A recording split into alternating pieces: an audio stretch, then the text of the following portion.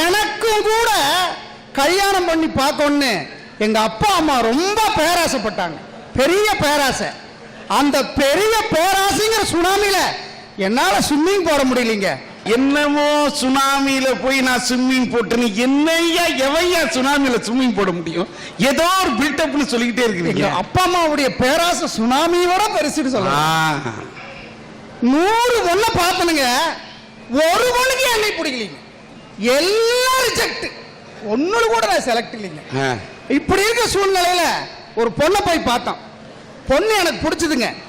பொண்ணோட அப்பாட்ட போய், ஐயா பொண்ணு பிடிச்சிருக்குதுங்க, உங்க பொண்ணை கட்டிக்கிறேன், நகை வேண்டாம், நட்டு வேண்டாம், காசு வேண்டாம், பணம் வேண்டாம், உங்க பொண்ணை மட்டும் கட்டிக்கிறேனுங்க. அவருக்கு அவ்வளவு சந்தோஷம். இந்த காலத்துல இப்படி ஒரு பையனா இரு வர்றன்ட்டு வீட்டுக்குள்ள போனார். போய் பொண்ணுகிட்ட போய் சொன்னாரு. அதுக்கு அந்த பொண்ணு சொல்லிச்சு பாருங்க, அப்பா சும்மா கிடக்கிறதே வாங்கி வச்சு காப்பாத்த தெரியல, என்ன எப்படி போய் இவன் காப்பாத்த போறான், இவன் டம்மி பீஸ் பான்ஸ். விவரமான பொண்ணு. இந்த டீல் எனக்கு ரொம்ப பிடிச்சிருக்கு. ஐயா நானா கேட்டா வரதட்சணைங்கிறாங்க, அவங்களா கொடுத்தா வரதட்சணை கொடுத்துட்டாங்கிறாங்க. எதுவுமே வேண்டாம், டம்மி பீஸுங்களா ஐயா? டம்மி பீஸ் இல்ல, அம்மி பீஸ். இன்னொரு பொண்ணு பார்க்க போனோம், 101வது பொண்ணுங்க. அந்த பொண்ணை தாங்க ஐயா நான் கட்டிக்கிறேன். அந்த பொண்ணை பார்த்தோன்னே நீ பிடிச்சிருக்கா, நம்ப முடியல என்னால, கிள்ளி பார்த்துட்டேன். எங்க அம்மாவை அந்த பொண்ணுகிட்ட கேட்டுச்சு, அம்மா பதட்டப்படாத, பரவசப்படாத, ஆத்திரப்படாத, அவசரப்படாத, நிதானமா சொல்லு, இவன் உனக்கு பிடிச்சிருக்குதான்னுச்சு. அவ சொன்னா, ஐயோ ரொம்ப பிடிச்சிருக்குதுங்க. அது எப்படி நான் பார்த்தோன்னே பிடிச்சிருக்குன்னு சொல்லிட்டேன். அது ஒண்ணு இல்லைங்க, அவரை பார்க்கும் போது அவர் கண்ணு ஒரு மரண பயம் தெரிஞ்சதுங்க. எப்பவுமே ஒருத்தனை மிரட்டி பணிய வைக்கிறத விட மிரண்டவனை பணிய வைக்கிறது ரொம்ப ஈஸி. உங்க வயலை தான் நான் கட்டிக்கு வெடிச்சுக்க. இதைத்தான் நான் எதிர்பார்த்தேன். அப்புறம் அந்த பொண்ணையே கட்டிட்டேங்க. கட்டிட்டு குடித்தா நடத்திட்டு இருந்தேன். சரி நம்மளையே மிரட்டன்னு சொன்னாலே இவ்வளவு சும்மா விடக்கூடாதுன்னு நான் ஒரு 6 மாசத்துக்குங்க சவுண்டா பேசிட்டு இருந்தேன், மிரட்டி பேசிட்டு இருந்தேன். அவ கேட்டுட்டு இருந்தா. அப்புறம் ஒரு 6 மாசம் அவன் நீ சவுண்டா பேசி என்ன மிரட்டிட்டு இருந்தா, நான் கேட்டுட்டு இருந்தேன். இப்போ நாங்க 2 பேருமே பேசிட்டு இருக்கிறோம், ஊரே கேட்டு இருக்குது. இந்த பிரச்சனைக்கு என்னதான் வழின்னு நான் யோசிச்சுட்டு இருக்கிற போது எங்க ஊருக்கு ஒரு பாவாடை சாமியார் ஒருத்தர் வந்தார். அவர்கிட்ட சொன்னேன், சாமி இது ஒண்ணு பெருசா வேற மாதிரி வந்த உடம்பு நினைச்சுக்காதீங்க, சாப்பிட்டு வந்த உடம்பு இல்ல, மொண்டாட்டி கேட்டு அடி வாங்கி வந்த உடம்பு, அதனால தயவு செய்து தப்பா நினைச்சுக்காதீங்க. அத வந்து சாமியார்கிட்ட இப்படி டிஎஸ் பாலையா இருந்தா இப்படி சொல்லிருப்பாரு. யோசிச்சு பாக்குறேன், சாமி இது சும்மா சாப்பிட்டு வந்த உடம்பு இல்லை, என் பொண்டாட்டி கையால அடிய வாங்கி இங்கி போன உடம்பு, இங்கி போ உடம்புன்ற மாதிரில வாசிக்கிற. சாமியாரு எதுக்கு என்னை பார்க்க வந்தேன்னாரு. ஐயா வீட்டில் முதல் பேசிட்டு இருக்கிற அடி தாக்க ஆரம்பிச்சுட்டா என்னால் அடி தாங்க முடியலைங்க. ஏதோ திருநீராவது மந்திரிச்சு கொடுத்தீங்கன்னா ஏதோ நான் மேல தூவி அவன் அடிக்காம இருக்கிற தப்பிச்சுக்கன்னு சொன்னேன். நானே அடி தாங்க முடியாம சாமியாரா மாதிரி இருக்கிறேன். நீ உன்ற பொண்டாட்டி அடிக்கிறதுக்கு எங்கிட்ட ஐடியா கேட்கற ஓடு அப்படின்னாரு. அப்பதான் எனக்கு புரிஞ்சதுங்க, பெரிய சாமியாருக்கு மட்டும் இல்ல, சாதாரணமான ஆசாமிகளும் பொம்பளைங்க அடிமைப்படுத்தி வச்சிருக்கிறாங்க அப்படிங்கிறது நல்லா தெரிஞ்சு போச்சு. அதனாலதான் சொல்றேனுங்க, திருமணத்துக்கு பிறகு ஆம்பளைகளுடைய சுதந்திரம் தாங்க பறிவாயிட்டு இருக்குது. திருமணம்ங்கிற உறவு எதுல ஆரம்பிச்சு எதுல முடியுதுன்னு கேட்டீங்கன்னா, நான் அப்படிங்கிற உறவுல ஆரம்பிச்சு நாம் அப்படிங்கிற உறவுல இணைஞ்சு நீ அப்படிங்கிற உறவுல முடியுதுன்னு சொன்னாங்க.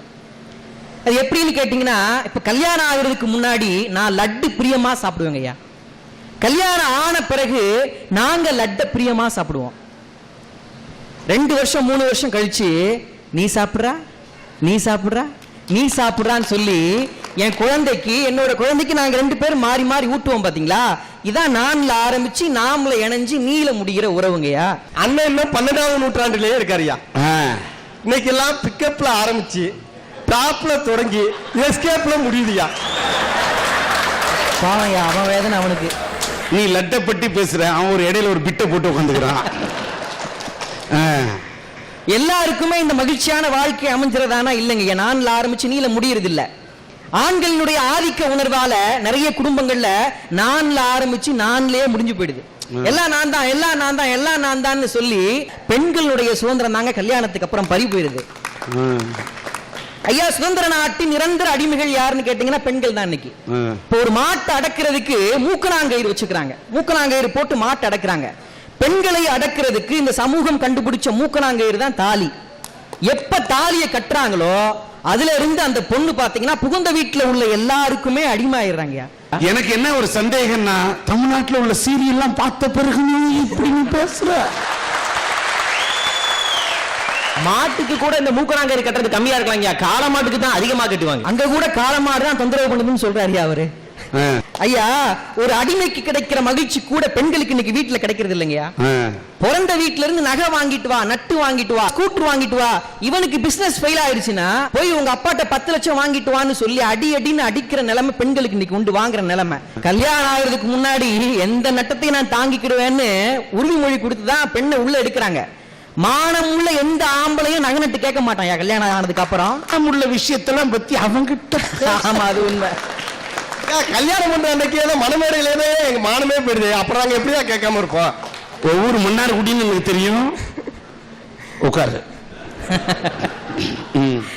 ஐயா, பெண் குழந்தைங்களை அப்பா அம்மா வளர்க்கும் போது என் தங்கம் தங்கம் தங்கம்னு சொல்லி வளர்க்குறாங்க.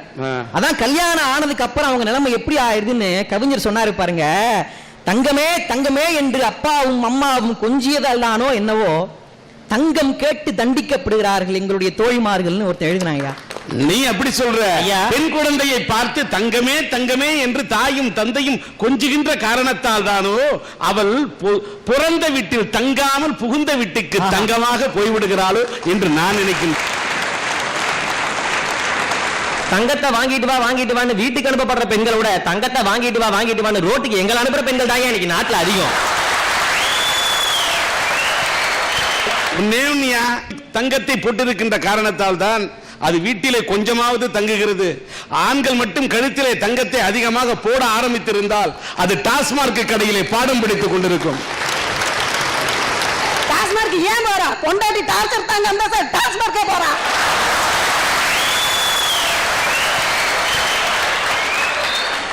ஒரு மணிக்கு ஒருக்கா டைட்டாய் வர்றான் பாருங்க ஆம்பளை. அவனுக்கு நாங்க சோறு ஊட்டுறோம் பாருங்க. அப்ப செய்வான், இப்படியே ஆடுவான், அப்படியே ஆடுவான். அவனுக்கு ஊட்டுறோம் பாருங்க, அப்படியே ஆடுவான், இப்படி ஆடுவான். ஒன்னாலதான் போனா டாஸ்மார்க், ஒன்னாலதான் போனா அவன் டாஸ்மார்க். அப்படியே இவன் அப்படி இப்படி ஆட மாட்டான். நீ வீட்டுல அடங்கி வரைக்கும் வேலை செஞ்சு அவனுக்கு அன்பா பரிகாட்டினா அவைய போறான் டாஸ்மார்க். பாம்பு படம் எடுத்தா கூட அவன் நடிக்க மாட்டான். ஐயா, இந்த பொம்பளைக்கு படையெடுத்து ஆடுறத பார்த்தா அவன் நடிக்கிறான். ரெண்டு அக்கா மாதிரி பேசிக்கிட்டாங்க. ஏக்கா, உங்க வீட்டுக்காரர் டெய்லி காலைல எத்தனை மணிக்கா எந்திப்பாரு அப்படின்னு ஒரு அக்கா கேக்குது. ஒரு அக்கா பதில் சொல்லிச்சு, அது என்ன 9 மணிக்கு 10 மணிக்கு எந்திப்பாரு அவரு. இந்த அக்கா சொல்லிச்சு, என் வீட்டுக்காரரு நான் எப்ப வாச தொளிக்கணும் அப்பயே எந்திரிச்சிருவாருக்கா அப்படின்னு இந்த அக்கா சொல்லிச்சு. அவ்வளவு சுறுசுறுப்பாக்கா அவங்க வீட்டுக்காரரு அந்த அக்கா கேட்டுச்சு. இந்த அக்கா பதில் சொல்லிச்சு, சுறுசுறுப்பு இல்ல ஒரு மண்ணாங்கட்டியும் இல்ல, கழுத குடிச்சிட்டு அங்கதானே வந்து படுத்து கிடக்கும். வாச தெளிக்கும் போது குடிச்சிட்டு அங்கதான் வந்து படுத்து கிடக்கிறார் அவரு. அதாவது மாதிரி ஆண்களை பார்த்து வையம்பட்டி முத்துச்சாமிங்கிற கவிஞர் பாடினாருங்க. ஒரு பெண்ணே பாடுற மாதிரி பாடினாரு. அட என்ன நீ ஆம்பள குடி குடிக்கிற வெக்கமில்ல, இப்படிப்பட்ட உன்னோட எப்படி வாழ்வா பொம்பள. அட நாம் புலம்புறம் வீட்டுல நீ கிடக்கிற ரோட்டுல, தெரு நாய் கூட மதிக்கல நீ குடிச்ச குடியில. இப்போ படிச்சதான் பார்த்தா விஸ்கி பிராந்தி குடிக்கிறான், பட்டி காட்டு மாமே ஊரல் பட்ட தண்ணி அடிக்கிறான், சட்டியில சோறு இல்ல கட்டிக்கவும் துணி இல்ல, இந்த வெக்கங்கெட்ட பொழப்புல வருஷத்துக்கு ஒரு புள்ள. ஐயா, நிம்மதியா ஒரு பெண் வீட்டுல புகுந்த வீட்டுல தூங்குறது கூட அனுமதி இல்லை இன்னைக்கு. ஆக திருமணத்திற்கு அப்புறம் பெண்களுடைய சுதந்திரம் தான் பறிக்கப்படுது.